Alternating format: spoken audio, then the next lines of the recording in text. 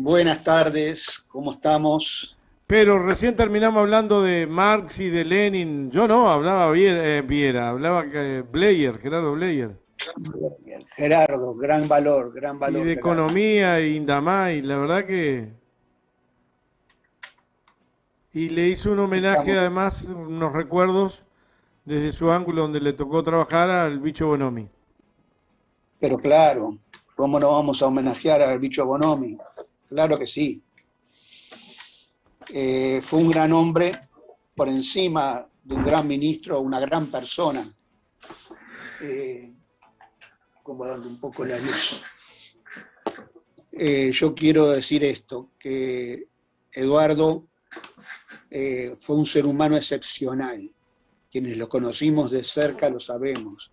Un luchador incansable, un hombre de un carácter firme, pero con una moderación, de un don de gentes que pocos lo tienen, pocos pueden haber resistido los embates, las críticas tan duras que tuvo desde la oposición, pero al mismo tiempo lo hizo porque fue muy querido desde nuestro sector, muy, quienes lo conocimos de cerca lo queremos, lo quisimos mucho y sabemos el valor de sus ideas, el valor de su firmeza, el valor de su carácter. Eh, Voy a contar una anécdota que viene al caso. Corría el año 2004, eh, empezaba la campaña electoral y todas las cuestiones había que atenderlas y fui designado por el Frente Amplio a concurrir a Caxias do Sul, en donde había un núcleo de uruguayos que, bueno, que importaba porque podían ser votos adicionales, pero importaba mucho más que los que viniesen a votar, importaba tener un funcionamiento de uruguayos en el exterior, con ideas, con fuerza, con aportes que nos daba ánimo a todos. Pero resultaba ser que había posición, compañeros de distintas fuerzas políticas, y estaban todos muy enemistados entre ellos. Y en aquel tiempo era indispensable limar esas asperezas. Y allí fuimos con Eduardo y creo que toca resaltar, quedé impresionado de la forma en que los dos, que éramos miembros de grupos políticos, que estábamos en medio, podíamos ser vistos como no parciales en esa disputa que se tenía en cuanto todas válidas, lucha ideológica interna que valía la pena tomar en cuenta, tomar en consideración los argumentos de unos y otros, y estuvimos, creo, a la altura de las circunstancias. Creo que fue muy interesante, muy importante nuestra presencia, y lo de Bonomi fue algo muy impresionante, cómo supo manejar la situación, siendo él una de las personas que podía no ser tan imparcial, pero lo fue, lo supo ser. Yo admiro a Eduardo, lo admiré muchas veces, porque por ese temperamento, por ese espíritu de lucha, por esa inquebrantable solidez en sus posiciones y por esa labor que realizó muy importante en el Ministerio del Interior durante tantos años, en un lugar muy difícil, claro está, en donde el sobresaliente es difícil de obtener, pero yo creo que el muy bueno se obtuvo. Creo que Eduardo ha sido un caballero, un frente amplista con luchador hasta el final de su vida, inquebrantable. Bueno, un homenaje a Eduardo, no puede salir de mí otra cosa que un homenaje a alguien con quien trabajé mucho, estuvimos muy unidos, nunca tuvimos una disputa, al contrario, y creo que fue un hombre que le aportó enormemente a la fuerza política. Bien. Quisiera entonces, decir algunas cosas porque no puedo pasar desapercibido que ha habido una expresión de gloria, de exaltación, de contento, tanto por parte de la ministra de Economía y de parte del presidente de la República, relatando cómo viene la economía en el año 2021, cómo viene desde el 2021 y cómo se proyecta para el 2022. Lo habíamos planteado en algunas oportunidades. La economía uruguaya, luego de la profunda recesión que tuvo, sin ningún tipo de medida que la atemperara, porque no se redujo la movilidad como se debía haber reducido, aportando en contrapartida recursos para sostener a las familias que no podían actuar en la labor cotidiana y ganarse el sustento. Eso no lo hubo, y por consiguiente la reducción en el nivel de actividad no debió de haber sido tan profunda como lo fue. Los apoyos gubernamentales para paliar la situación normal de pandemia, claro, fueron, dijimos una y otra vez, insuficientes. El gobierno se ufana, dice que gastó 1.700 millones en 2 años, más en el 21 que en el 20, pero eso no le quita que ese tipo de apoyo de 800, por ahí, algo así como 850 millones de dólares promedio año, fue inferior en términos de relación al Producto Bruto Interno del país, o sea, al tamaño del país, que fue inferior a la que hicieron la gran mayoría de los gobiernos de otros países. Y que, bueno, ahora enfrentan temas de precios y de otras cosas que son resultado de esa acción, pero que, bueno, mientras que aquí, no habiendo ese tipo de apoyos, o sea, pocos apoyos, el producto en el año 2020 bajó 6,3%. Y ahora tenemos que en el 21, con bombos y platillos, se da que la suba fue el rebote de la pelota, sin que nadie haga nada, esa pelota rebota. Eso sí, si no la inflamos bien, va a rebotar menos que si lo hubiésemos inflado bien antes de tirarla al piso. Ese rebote de la pelota fue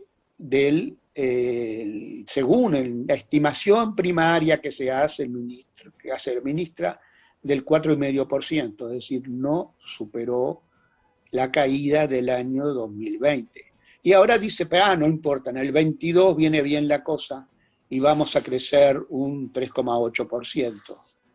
Bueno, no son cifras muy alentadoras, no debiendo haberse reducido tanto la economía en el 2020, porque no hubo contracción de la movilidad laboral como la que hubiese sido necesaria.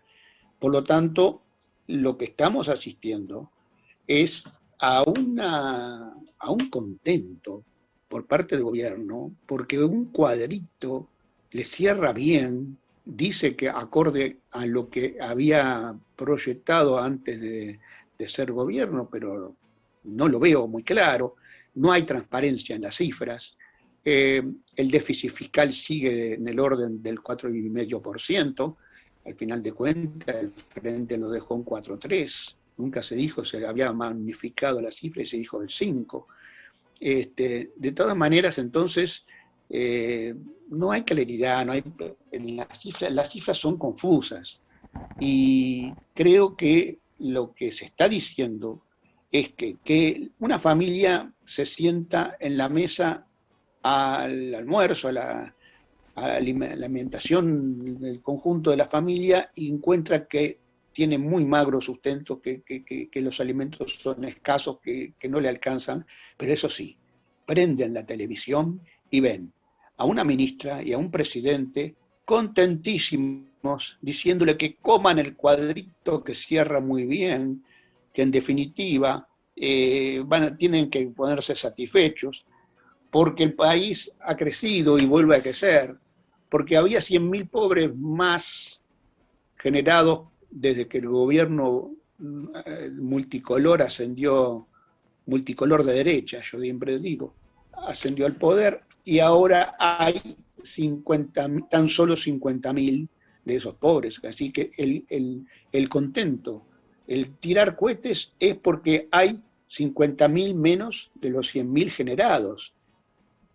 Y nada se dice que le cierra el cuadrito, pero ¿a costa de qué? Nada se dice de esa falta de alimentos en la mesa de la gente, porque el salario real bajó 2% en cada uno de los 2 años que tuvimos. Las pasividades y las jubilaciones, las pensiones también lo hicieron más o menos en los mismos porcentajes, o sea que la gente vive peor, que hay incumplimiento claro, porque no se dice que mejoró el déficit, mejoró el nivel de desequilibrio fiscal entre ingresos y egresos fiscales. Ah, bueno, las tarifas públicas, ¿qué son, señor presidente? Son ingresos fiscales, y usted las elevó en forma notoria, contraviniendo todas las proyecciones que había, todos los pronósticos y promesas que había realizado antes de las elecciones. Entonces, ¿de qué nos ufanamos? ¿De qué cosa?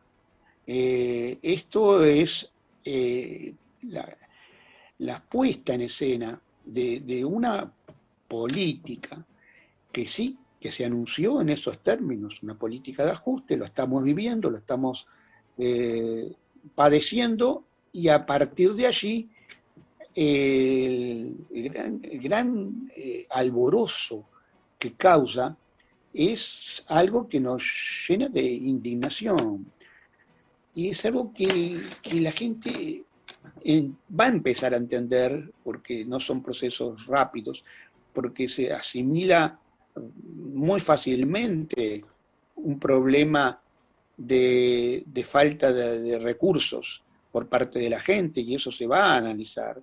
Y no se asimilan promesas, no se asimilan palabras, no se comen discursos, se comen alimentos. Entonces, aquí tenemos que hay una inflación también que está, a pesar de que Uruguay no fue de los que gastó mucho más, expandió la cantidad de dinero para atender la pandemia, Uruguay no fue, pero sin embargo la inflación en Uruguay fue del 9,5% en el año 2020 y está haciendo del 8%, estaría cerrando el 2021. Y vamos mal porque arrancamos el 2022 con un repunte inflacionario. Quiere decir que eso atenta contra el salario real, porque el encarecimiento de los precios es lo que después impide, porque por ahí se dice, no, pero los salarios aumentaron un 4%, ¿sí? Aumentaron un 4%, qué buena noticia cuando los precios, la canasta básica, el encarecimiento de las cosas fue de un 8 o de 9%. Entonces, ese es el gobierno que tenemos, esta es la situación que estamos padeciendo. Por ahí se está confundiendo claramente, porque hay un alborozo, porque que el crecimiento de la mejora de los ingresos de algunos, no es la mejora de todo el país. Hay un claro porqué que creció el producto. ¿Saben por qué? Creció porque hubo una demanda externa muy ampliada con respecto a las materias primas y productos básicos que exporta Uruguay, base alimenticia, y hubo un aumento considerable de los precios internacionales de esos productos. Quiere decir que esa fue la causa de la mejora en el nivel de actividad en el año 2021. Fue esa. Quiere decir que eso contribuyó al enriquecimiento mayor de algunos, que gozaron de mayores precios para sus producciones y tuvieron buenas cosechas. Ese fue el término. Ahí no hay redistribución ninguna del ingreso. Es decir, que lo que le parece al país que le va bien, no es al país en su conjunto, es a algunos sectores, los Maya Oro, que les ha ido bien y a los cuales no se pidió ningún tipo de contribución para paliar los efectos negativos de la pandemia sobre la actividad económica. Entonces, esa es la filosofía, y eso es lo que a voces se está planteando, y yo creo que es lo que la gente está, obviamente, teniendo que analizar, teniendo que entender, y esta cuestión, entonces, la tenemos que ver en esos términos, y obviamente hay un marketing que está planteado en todas las cosas que quieren presentar efectos muy desfavorables que hasta ahora no se ven, taparlos con algunos logros que parecen ser, pero no son efectivos, no tienen que ver con lo que la situación inicial. Fíjense que el nivel de empleo, por ejemplo, que se mejoró obviamente por la mejora en el nivel de actividad del rebote de la pelota, pero todavía no alcanzó los niveles con que de desempleo, se siguen manteniendo los niveles altos de desempleo que dejó el gobierno del Frente Amplio, que ellos consideraron muy malos. Entonces, no se recuperó para nada la economía más allá de los niveles del 2019, y las perspectivas son de seguir el ajuste, por lo visto. Así que y seguirán alborozados si las cuentas del ajuste le dan bien, pero seguirá siendo magra el plato de comida de la gente en las casas. Y me quiero referir a otro tema. Me quiero referir al artículo 285 de la LUC. Ese artículo establece, y está medio como callado, ¿no?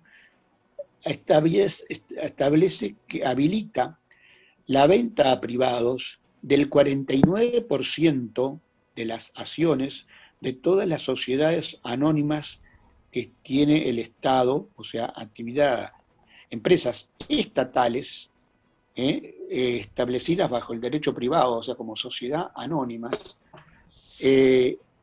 que esas acciones pasarían 49% a ser privatizadas.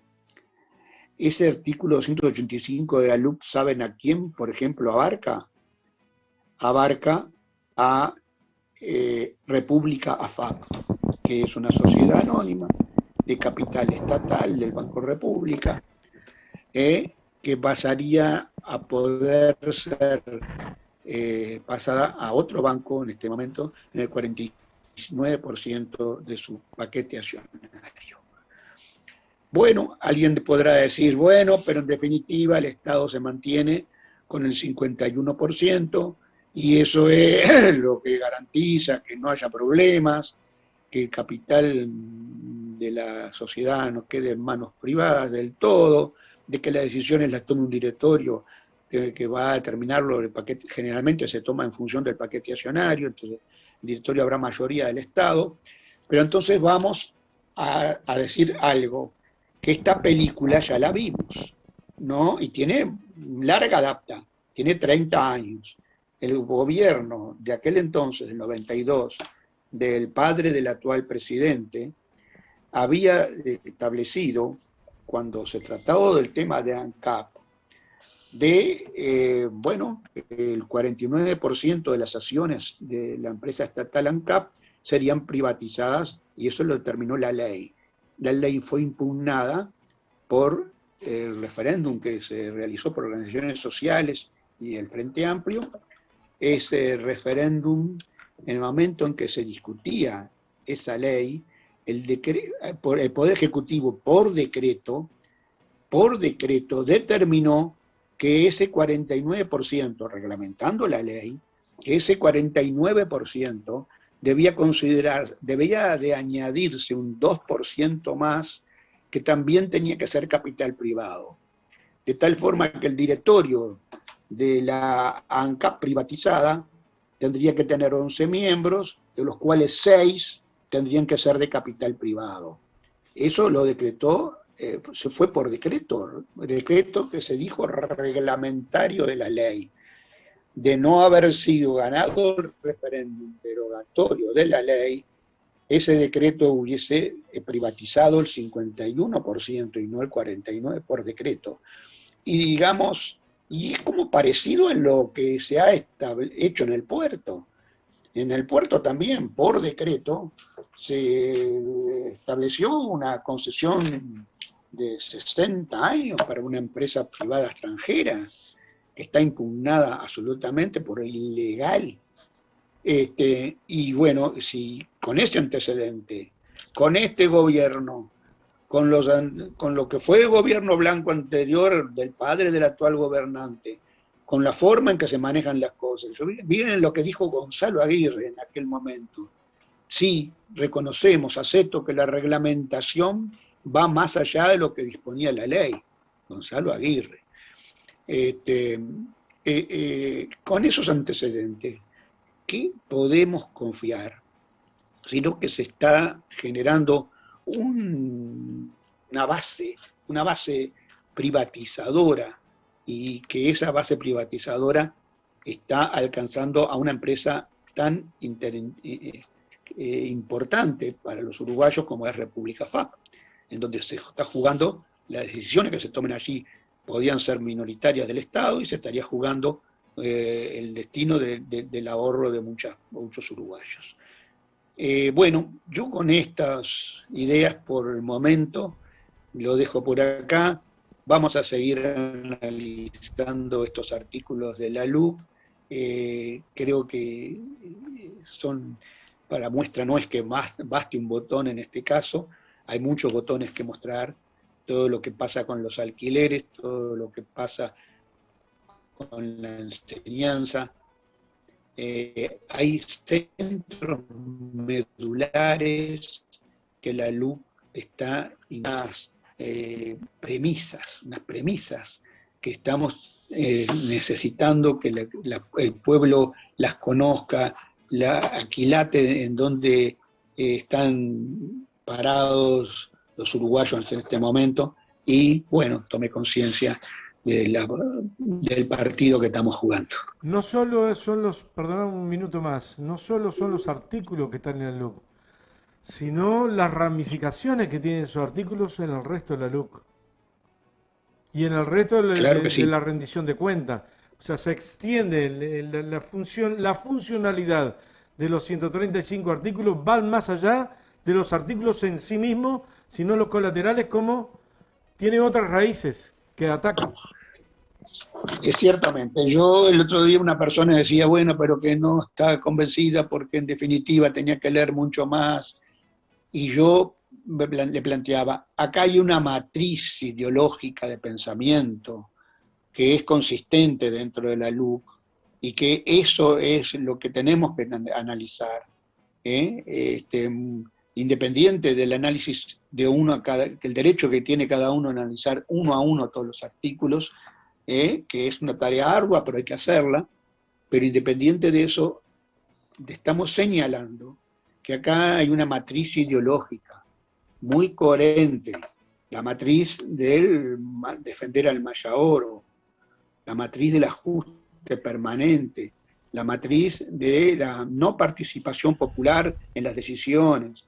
Ese tipo de cosas realmente tiene un objetivo, y ese objetivo es el que tenemos que atacar, porque si no, el viento en la camiseta que agarra este gobierno va a ser mayor aún, y tenemos que entonces ser conscientes de la batalla en que estamos metidos, y tratar de que esta soy optimista, en que va a tener un buen resultado para el pueblo uruguayo más que nada. No se trata de un buen resultado para el PIP-CNT, para el Frente Amplio, para las otras organizaciones que han contribuido, sino de lo que se trata es que tenga un buen resultado para el país en su conjunto, y destaco además que este tipo de cosas que se están discutiendo ahora ya es un logro, porque Sí, la ley claro, sí, es una sí. cosa que se discutió entre bambalinas, ya, y qué diferente con las urgencias que el pueblo uruguayo tiene que darse cuenta que tiene con respecto a las urgencias que están planteadas allí en forma esquema ideológico. Nos vemos, Carlitos. Nos vemos en la próxima. Gran Chao. abrazo.